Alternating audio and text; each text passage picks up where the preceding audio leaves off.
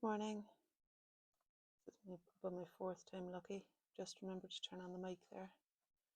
So this morning I thought I'll just do my nose in the mirror, since I did my eye yesterday.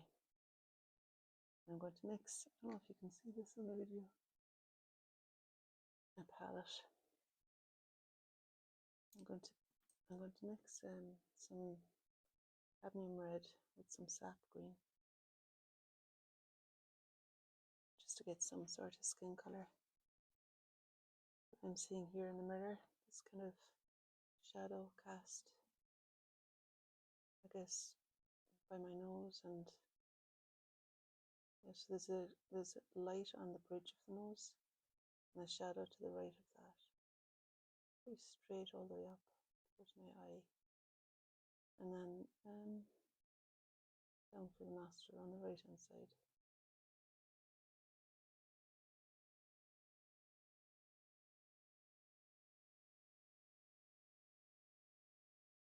And then there's a really clear shadow where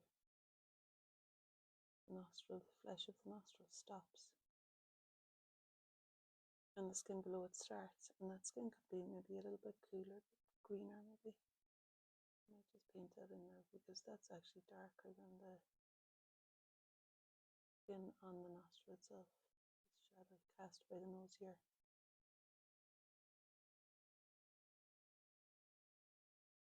And there's a dip in here that's a bit darker. Well, I was going to say I can't really explain it because it's too wet yet to give it a darkish. And I mean, you can touch it and then it disappears. And then I think I'll go across. Well, no, I'll darken this a little bit more here. Enough for where the eye would be.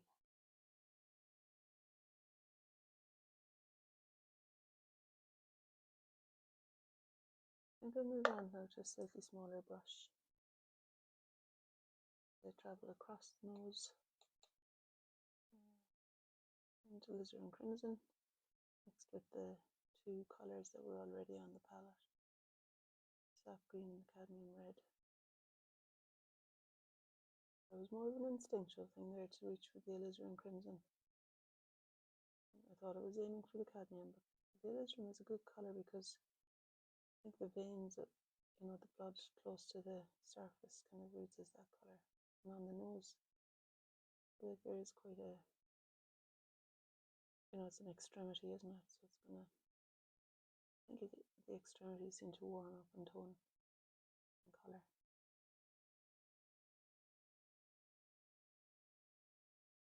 The other side of the nose just being explained a little bit for myself.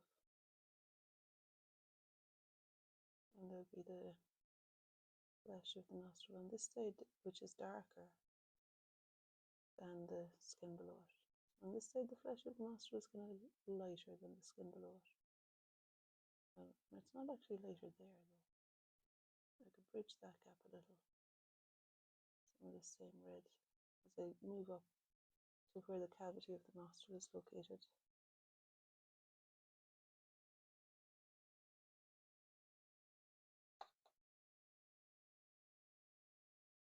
Maybe put a bit of ultramarine blue in order to deepen the tone of the nose enough.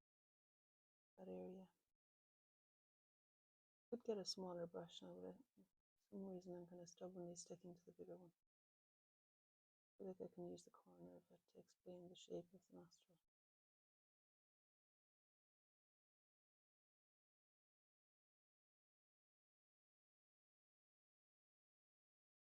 And then this might have dried enough to explain again the shadow beneath that reads as being almost as dark as the nostril.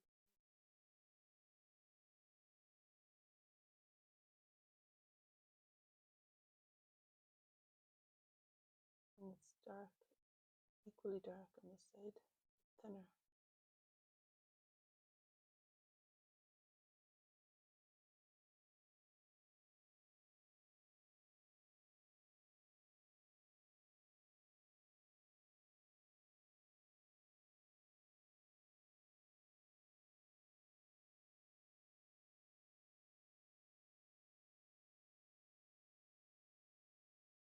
I think I can deepen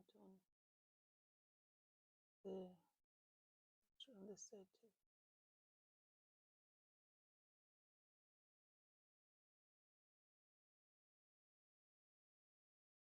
Where it meets, like where the flesh of the nostril stops and the cheek above it begins. And I could do something darker now again in the front, I think there. Change the shape of this shadow here a little bit. Maybe keep with the kind of alizarin colour of it though.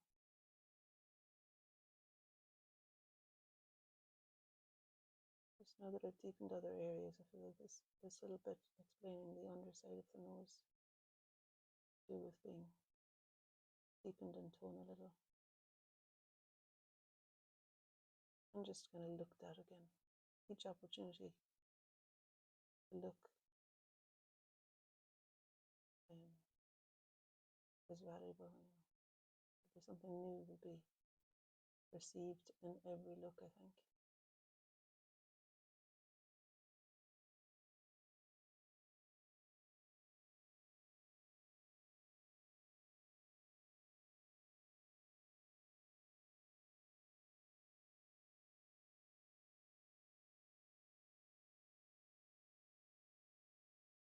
Yeah, there's also a shadow on the right hand side of the spherical end of the nose. As I say spherical end, it's got some sort of a shape in it. It's maybe not completely spherical, my nose, but there's the bulk of the end is standing out so that it's going to cast a shadow like it would on a sphere it was lit from one side, oh, I suppose, where that the sun lights the earth. The shadow will be rounded a bit anyway. And then there's more dark up here as well, where the eye meets the bridge of the nose.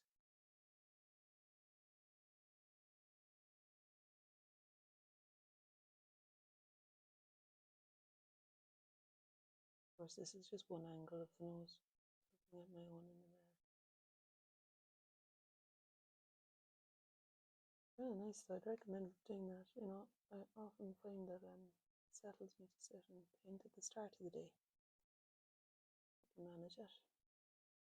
Wouldn't have been able to manage it in my life for a long time, but recently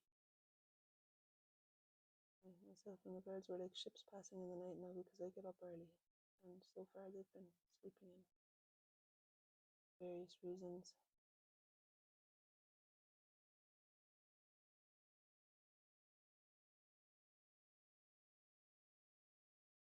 And so I've got space at the start of the day. I think I would have anyway, really. Not looking after small children. Easy enough for me to find start of the day.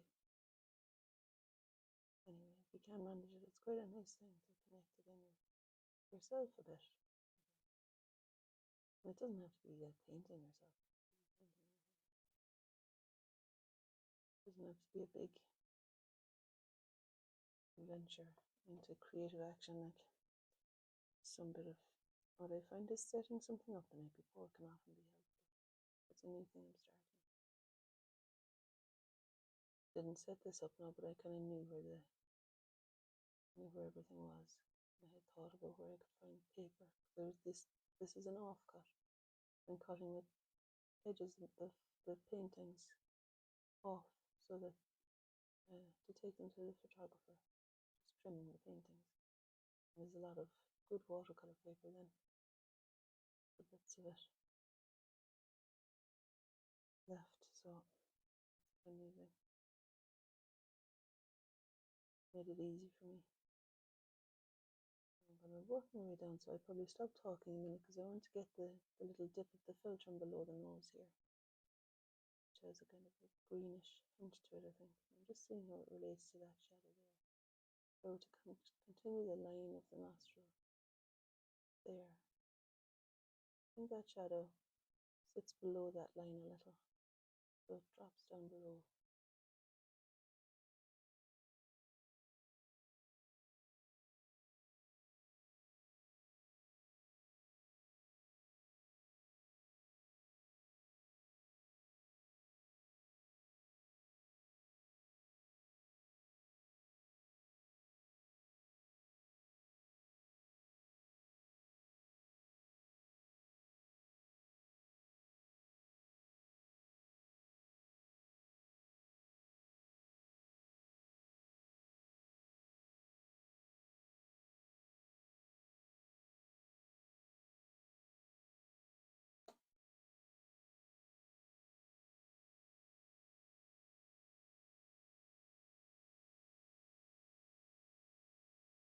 starting to feel now like moving down into the lips and everything, but actually that's my plan today, so resist that urge. Carry on with some yellow ochre, bringing some colour in too to the light side, where the eye might start on that side.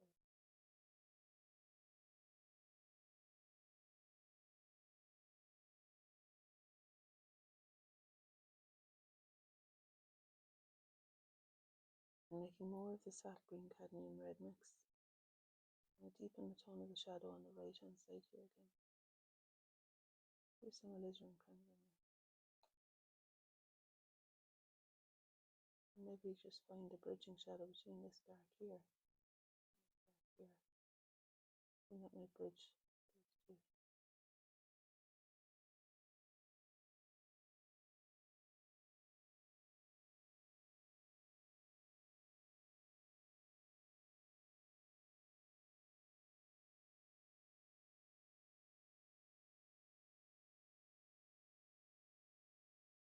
Really, you're going to barely affecting the surface, you know. When you paint with watercolour like this here, you're just touching the paper where you want the water to be, and then the paint flows into that. So it doesn't seem as though it's a tool, the brush. It's almost, you know, it's, at least with instance like this, it's just like it's like a dropper to put the colour onto the page and the fluidity. So I love to kind of emphasize how paper doesn't have to be stressed at all, really. When you're painting on it with watercolour paint, the paper is only touched very gently and left alone mostly. I'm going to touch a lemon yellow into the nostril on the left. With a bit of colour.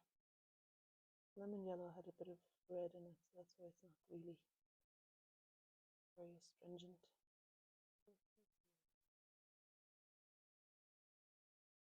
Maybe I could put a touch more yellow here. I think it's so that I can distinguish one side from another a bit more clearly. And just quickly bring a bit of colour in. I think the colour then on the tip of the nose seems to be a bit more blue. Emphasize the shape of that. That way a bit more. And then the light that's on, you know, the light that's left, and just scooping up the excess water there. I didn't want a big drip down there. And a new bit of light was located. But in here it seems to me that I could maybe use a little bit of blue, like possibly cerulean blue, to explain where the light, a little bit of blue, let's see. Maybe there's some in there. Here. Maybe just because of the daylight. It's interesting, it's like a combination of cool and yellow, like blue and yellow. I'm not seeing bright blue like this really, but by the time it dries, it'll dry a shade later. And there's something satisfying about pushing the colour a little bit more than just something satisfying in it. And colour can explain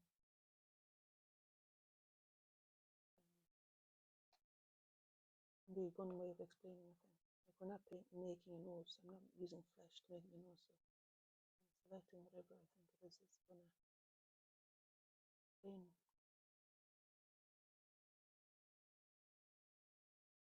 of nose, I suppose. There's light falling on it from this living room window on this November morning. Got that diffused sky, you know how the sun, it's like a sheer veil of something. The sun just barely making itself known beyond the clouds, somewhere very far away.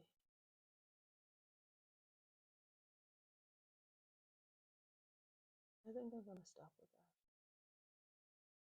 Be all I want to say about the nose. There is this line here, but I often find that that doesn't really help that much. Maybe a little indication of where it meets the nose, a little indication of where it meets the mouth. Oh, I'm just noticing my smiling lines are grooved in further than last year. Done a fair bit of smiling. 225.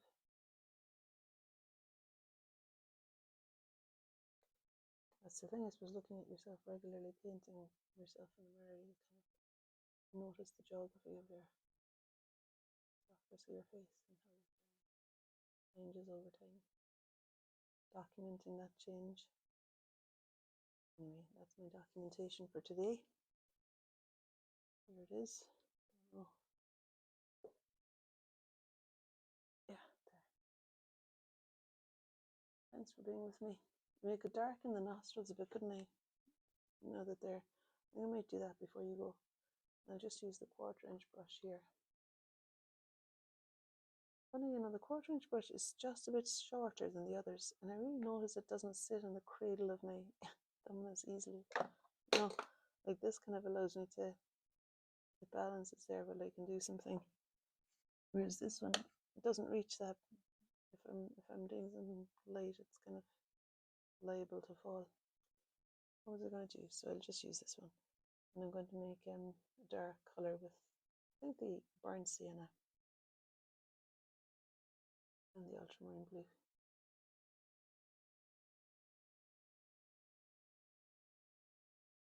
Just to darken up more of the blue than the burnt sienna, I think, because I want it to be a cool color that recedes. And it's really just to deepen the tone of the inside of the nostril there a little bit. So I'm mostly pressing and lifting, well, not pressing. I'm just drawing the line really and then lifting it and painting it again. Give it the depth of tone that I'm after. The same here. Maybe there's another touch. Remember I was saying this is almost as dark as the nostril over here. Dark as the cavity of the nostril, I mean. Needs to be in the right place though. Making it shorter.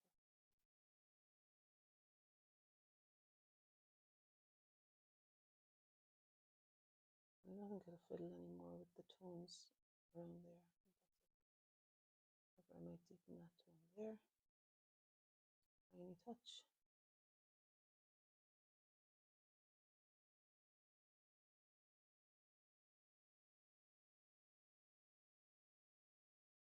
And over here.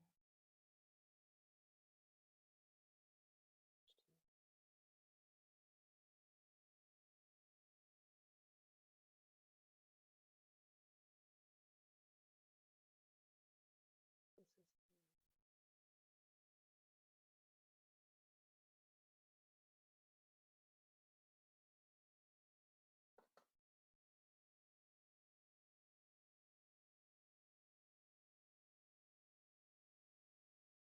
I'm not sure if we needed to go that dark there or that brown. Swoop up. I like this kind of push and pull you can have with the watercolor.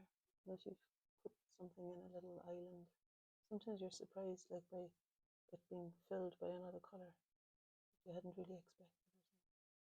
I'm going to put a touch of blue in there for some reason. I want to do that. Bring it up there too, where the eyebrow will start. Maybe just a tiny touch of that blue there too. We've got some bit of a pathway happening up through. This needs to be dark, but I don't know if it's going to work. It's wet still. Okay, I'll leave it at that now. That's what's happened. Yeah, you can see it. Okay, good stuff.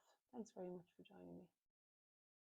And I'll see you tomorrow if I keep myself going with this thing. Bye.